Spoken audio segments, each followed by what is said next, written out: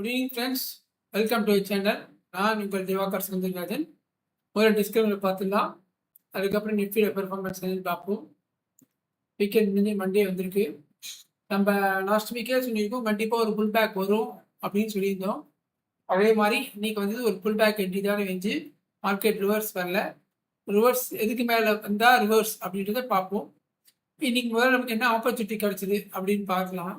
இன்னைக்கு வந்து நமக்கு வந்து இந்த இடத்துல மார்க்கெட் ஓப்பன் ஆச்சு, டே லோட ஓப்பன் ஆச்சு.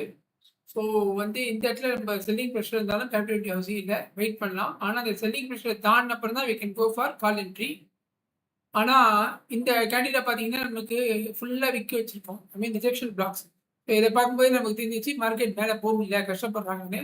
அதுக்கு முன்னாடி இந்த லெவலில் ரெஸ்பெக்ட் பண்ணியிருக்கு. ஸோ நம்ம இந்த இடத்துல ஒரு ஷார்ட் என்ட்ரி எடுத்து லோ டார்கெட் வச்சுருக்கலாம். அதுதான் இந்த முடிஞ்சிச்சு. இன்றைக்கி நம்ம எடுத்தோம், அதுதான் எடுத்தோம். ஸோ அதுக்கப்புறம் மார்க்கெட் கீழே வந்து போனது அது நம்ம கன்சிடர் பண்ண முடியாது. ஏன்னா மார்க்கெட் ரொம்ப நேரமாக கீழே வந்ததுனால எப்போ வேணால் ரிவர்ஸ் ஆகும். மோரோவர் 23,000 சைக்காலஜிக்கல் சப்போர்ட் இருக்குது. அதே மாதிரி சைக்காலஜிக்கல் மார்க்கெட்டில் சப்போர்ட் எடுத்து மார்க்கெட் திருப்பி இங்கே வந்து ரொம்ப நேரம் கிட்டத்தட்ட மத்தியானம் 2 மணிக்கு இங்கே சஸ்டெயின் ஆனது. ஸோ மார்க்கெட் மேலே போகுமா கீழே போகுமான்னு தெரியாமல் மெல்டிங்லாம் இருந்தது. எந்த எடுத்தாலும் ஷாப்லாம் செட் ஆகிருக்கும். ஸோ அதுக்கப்புறம் ஒரு ஜம்ப் கொடுத்து மேலே போச்சு. இந்த ஜம்ப்லாம் கேட்ச் பண்ணியிருக்கோம்னா கண்டிப்பாக முடியாது, ஏன்னா எதிர்பார்க்காது. இதுக்கப்புறம் என்ன எதிர்பார்த்துக்கலாம், ஆனால் எப்படின்னா பெரிய ஸ்டாப் லாஸ் வைக்க முடியாது. ஸோ இந்த ரேலியை கேட்ச் பண்ணுறதுலாம் ரொம்ப கம்மி சான்ஸ்.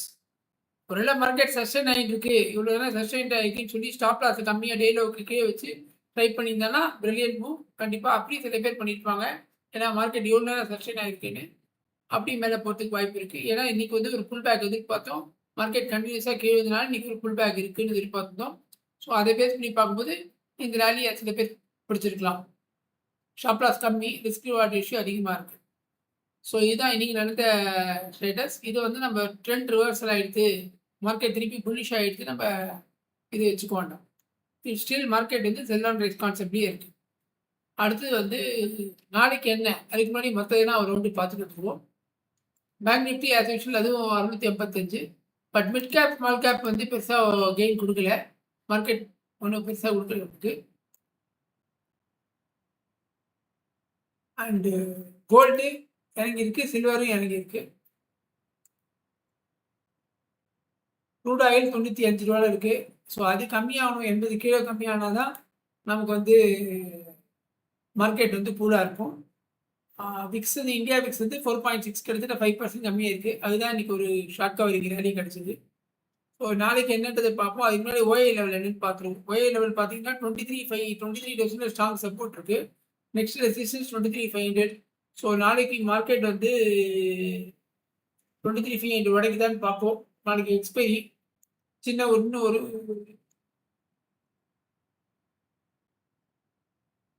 இன்னொரு புஷ் மேலே கொடுத்துட்டு கீழே வரதுக்கு வாய்ப்பு நிறைய இருக்குது. பட் மார்க்கெட் வந்து 23,000 23,500 தான் இருக்குது. பட் நமக்கு வந்து என்ட்ரி எப்படின்னு பார்த்தீங்கன்னா நம்ம ஒரு நிமிஷம் அதை டே வைஸில் பார்த்துருவோம்.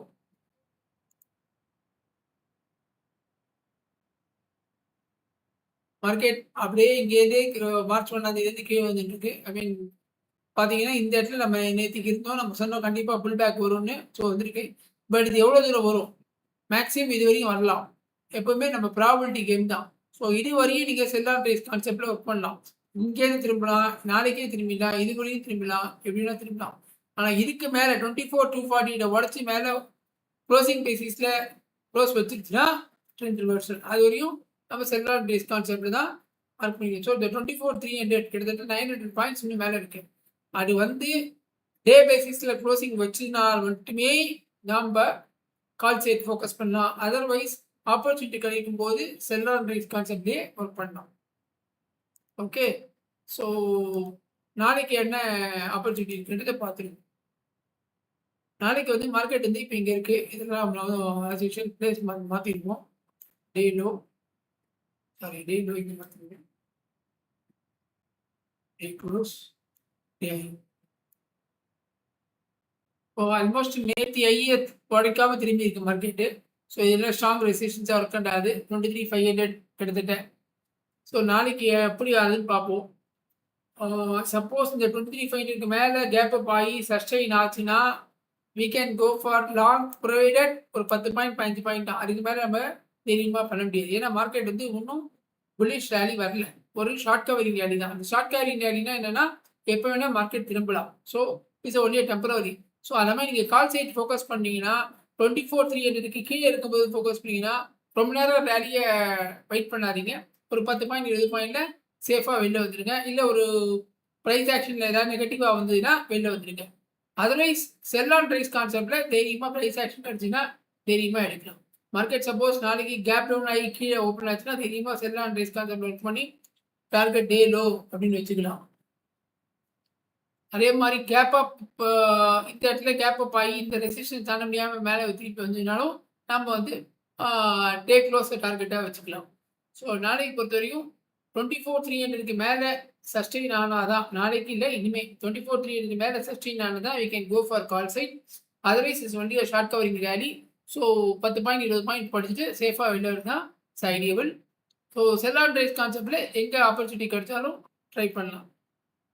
ஐ திங்க் இந்த வீடியோ உங்களுக்கு பிடிச்சிருக்குன்னு நினைக்கிறேன். பிடிச்சிருந்தா லைக் பண்ணுங்கள், ஷேர் பண்ணுங்கள், சேனலை சப்ஸ்கிரைப் பண்ணாதவங்க சப்ஸ்கிரைப் பண்ணுங்கள், கமெண்ட்ஸை போஸ்ட் பண்ணுங்கள். Thank you friends.